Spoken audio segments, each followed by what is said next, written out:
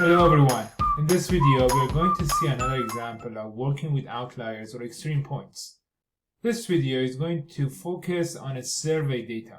Actually, outlier detection is a very popular tool when you analyze survey data. The reason is there are times and participants that they do not spend enough time or focus to really answer the questions coherently in the survey. So one of the first steps in survey analysis is actually outlier detection.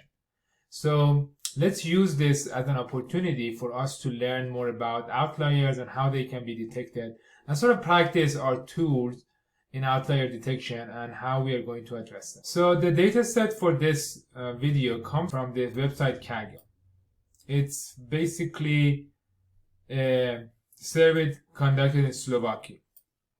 You can find more information about this on this link here. The data comes in two different files. So I need to import my modules first, and then the first file is basically contains all of the columns, because sometimes these columns are more than one name. They are like a sentence. So it sort of like gives us the whole information about all of these columns. And the second file, which is responses.csv, gives us the answer of the 110 participants for 150 survey questions. We're not going to focus on the whole data. On each part, I'm going to ask you to work with a handful of the attributes or the columns here. So for example, as you remember, if we want to do an outlier detection based on two attributes, we could be using scatter plots. So let's practice that here. So we want to do a two-dimensional outlier detection. And it's a case that both of them are numerical attributes. So we want to find the outlier in the response based on the two columns, height and weight. So the way we go about this, we sort of separate out the new data frame with only these two columns. So now we have these two columns. I have called this WDF or working DF. And now we can describe this column. And now we have height and weight. We know the mean for height is 173 centimeters and weight is 66 kilograms. This is the average, but the standard deviation for height is 10 and for weight is 13. And the minimum and the maximum and everything is shown here. So simply, if we want to see if there is any outlier, just based on these two attributes, we can draw the scatter plots of these two attributes. So once we do this, now we see that most of the data sort of happens around 140 to 200 height and around 40 to 100 kilogram weight. But there are some values that are sort of like a little bit different than the norm. We can see we have a bunch of number here, but we also have this number that it's not only very high in height but also very high in weight. We also have another outlier here. So by using this chart, we're able to sort of detect these outliers in our data. Before we get to the next step, let's go ahead and calculate BMI, body mass index. Body mass index is a measure that is calculated based on both height and weight of an individual. And it's sort of like a measure that sort of shows you how healthy you are based on your weight and height. And the formula for it is basically you divide your weight in kilogram by your height in meter power to 2. So we have applied the lambda function that does this calculation, and we have added a new column to our attribute. So once we run this, now there is a new attribute added to our data, that is BMI. So let's go ahead and actually check that. So once we run this, we have BMI added at the end of the attribute data frame, and also the response data frame if you run this, now we will see the BMI at the end. So we are also now have access to BMI. So let's do another type of two-dimensional outlier detection. So it's one of the values is numerical, the other one is categorical. With the way we go about doing this is using box plots. So before we do that, before actually we draw the box plot, actually we do check if the numerical attribute does have outliers. And we see that our numerical attribute does have some outliers. And these are outliers within themselves. So we know these are outliers, so we sort of remove them for just now. I mean, we are not removing this from the data. We are at the level of analysis. So we want to remove these to see if there are any other outliers in our data. So we remove all of these. So first of all, we find the whisker. So we know that most of the data is between 19 and 29.5. So every time it's greater than 29.5, we know these are extreme points. So what we do, every time we have one of those in our data, instead of the BMI, we change that into a non-value. So now that we do the box plot, now we don't have any flyers here. If something is an outlier in one dimension, it's probably an outlier in multi-dimension too. But at the same time, it might change or make the analysis wrong. So because of that, we first remove those. So now we can fill these with the median. So just there are not missing values there. We could be working with them. So now we can calculate, or we can draw a box plot based on the different possible values of the categorical attributes. So once we do this, we can see that on the case for strongly disagree and strongly agree, there is also another candidate for flyers. So let's go ahead and imagine that we hadn't done this. We hadn't checked the numerical attributes first. So I'm going to read the data again because we've been changing the data. So these are the data.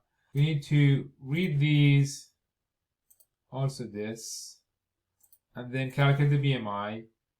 And instead of doing all of these steps to remove the outliers for the single dimension of the BMI, we just go ahead and draw this figure.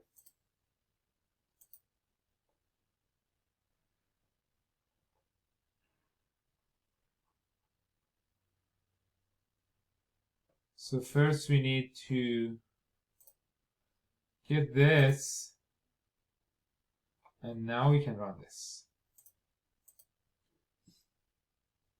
So now you can see because of the fact that there were outliers in BMI, now we can also see other outliers here. And then, so probably those values or this value is that because we wanted to really see if there are outliers due to this interaction, not outliers because of the BMI, we did that. But in all fairness, it is better to actually do both of these and see if the outliers that comes up here are the same outliers that you have them here. So that's when you have a numerical attribute and also a categorical attribute. When we have both categorical attributes, most of the time, if the number of possible values each categorical attribute have is not a lot, it's very hard to really find any outliers. But again, it depends on your analysis of what you're really looking for. The way you can go about this visually is to use the contingency tables. The contingency tables, you can draw in Python, you can use the function, pandas function, cross-tab. Basically, it's cross-tabulate your two attributes. So basically, your first categorical attribute is medicine, and your second categorical attribute is biology. So once you run this, it comes up with a contingency table very quickly for you.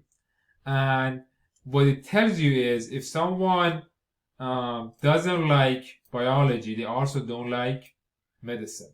And if someone likes biology, they also like medicine. So there is that relationship between them. So if someone likes biology, it's very hard for them to not like medicine. So there are like three quote-unquote outliers here, and there are a couple of outliers also on this part, 2, 3, and 4.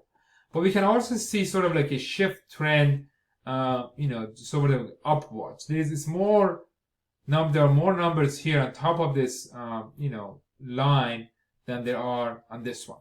We can also use color to help us see these values better. So I have used the Seaborn cross-tab heat map to sort of like just give colors to this table. So once we do this, now we can see, well, like I said, you can't really say these are outliers, these are people's thoughts, but these are very different than the norm in this data. So the norm is sort of like being around or on this line, and anything it's not around on this line, which is 3, 7, 12, 3, 4, 2, we could sort of like see them as extreme points or different. Finally, I want to also show you how we could do multi-column, and by that I mean more than 2-column outlier detection. For this type of outlier detection, the best chance we have is really using clustering algorithms. So imagine we want to detect outliers based on the spending habits of individuals in this survey. So there are 1, 2, 3, 4, 5, 6, 7 questions that we want to see if individual spending habits that have put in this data set, if there are outliers in this data. Or by that I mean there are like individuals that are too different than the rest of the population. So we are using a k-means clustering to group them into 23 clusters. Based on the output of the clustering, we're going to see if there are any outliers. So the name of these attributes are in the response DF are shown here. So the attributes we're going to be working, the data is going to be working have these 7 attributes. To do this analysis, to do the clustering algorithm, we do need to make sure the data does not have missing values. We go ahead and fill the data when there are missing values with the median of each column. Well, I mean, the reason we're just doing this and we are not really doing analysis of the missing values because we are here not doing anything to the data. We're here doing analysis of outliers. So when we actually add this, we are not increasing the possibility of having an outlier. And because of that, it's an admissible operation. What we're doing here is going to allow the data objects that have missing values to be a part of the analysis. So once we do this, now we can see that there were like 3 missing values here, 2 missing values, 2 missing values, 3 missing values, 3 missing values, no missing values, and 2 missing values. Now there are no missing values. All of these 110, there are calculated there. So we go ahead and do our clustering, and as we saw before, we use the sklearn modules and we use the k-means function. And we want 23 cluster, and we wanted to do it on the spending DF. The reason we are not standardizing the data here is because the data is consistent from 1 to 5. So all of these are consistent. That's why It's not going to, no attribute has more weight than the other attribute. So once we do this, we do our clustering. So we know each of those 110 attributes, 110 data objects, now they have a cluster. So we go ahead and do a value counts, and we see there is no one cluster, and let's say have 1 or 2 data objects. And because of that, we can conclude that there are not outliers. There is a second way we can do a multi-column outlier detection. This one is using an algorithm called PCA. PCA is short for Principal Component Analysis.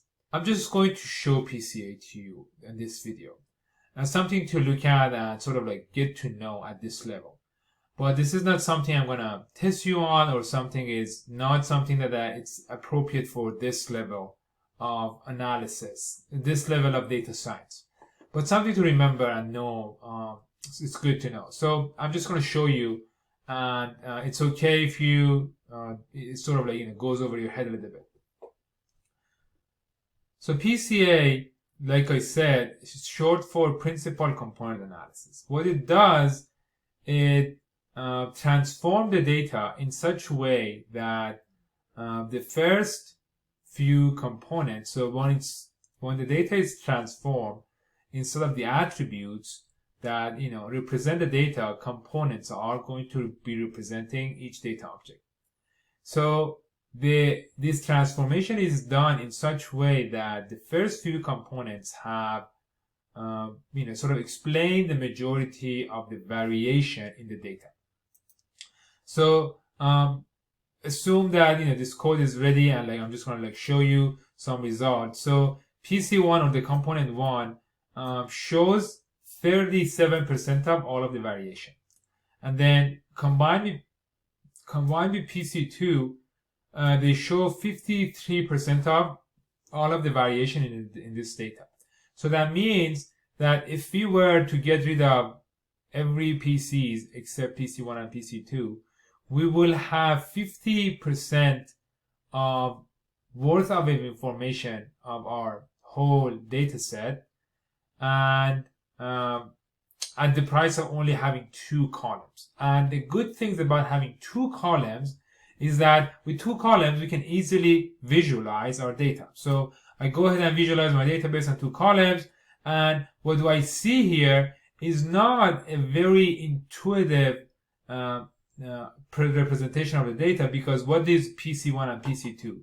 These are information holder, if you will. But what it does show me, it's 50% of the information or the variation in data is shown here, and I do not see a blatant outlier here. And that's one of the ways you could be using PCA to do outlier detection. So the result of the PCA and the clustering showed that there were no one participant that had a blatantly different value or different combination of value that we could consider as outlier.